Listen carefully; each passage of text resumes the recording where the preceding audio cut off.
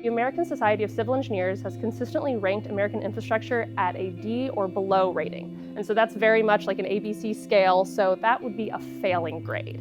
In the past couple of years, it has moved up to a C, but overall, the American infrastructure is considered failing. Last year, I signed a law, a once-in-a-generation investment in our nation's roads, highways, bridges, railroads, ports, airports, water systems, high-speed internet, etc.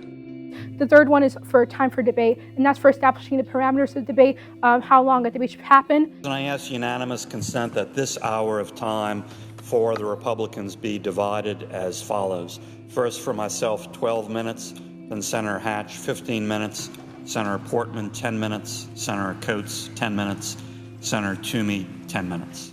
Is there objection? Without objection. And especially with adaptive rules of engagement, we can take these by a case-by-case situation and decide on what's going to be the appropriate response in these conflicts. And especially with technological advances that we have today, we have to look at what the international laws say about this. The rules of engagement are the primary tools for regulating the use of force in combat. It was in fact in my foreign policy class here at Purdue where I learned about Putnam's two-level game. Putnam pushed for a more adequate account of domestic determinants of foreign policy. He stressed the focus on parties, social classes, public opinion, rather than simply focusing on institutional arrangements. There's no question that the anti-war movement, the domestic opposition to the war, constrained the military from doing more intense options. Imagine losing years of your life to wrongful imprisonment or having your ancestral land stripped away. What would justice look like for you? This is a question that the federal government has had to answer for quite some time. The restorative justice system asks, who was harmed, what are their needs, and whose obligation is it to meet those needs? As we begin to think about the implications of the tragedy of the commons on our rangeland policy, we want to think about overuse and degradation. The very lifestyle of rural communities is at risk when burdensome regulations like this cripple the businesses that allow these communities to flourish. Feelings for one's opposing party have decreased much more substantially than feelings for one's own party. This indicates an increase in negative partisanship over time, because even though people don't necessarily like their own parties as much as they did in the past, they also dislike the opposing party to an even greater extent.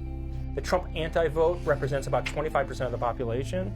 The Biden anti-vote about 15% of the population. But these are individuals that are voting exclusively to vote against the other, and it's less important the specific characteristics or flaws of the candidate they vote for.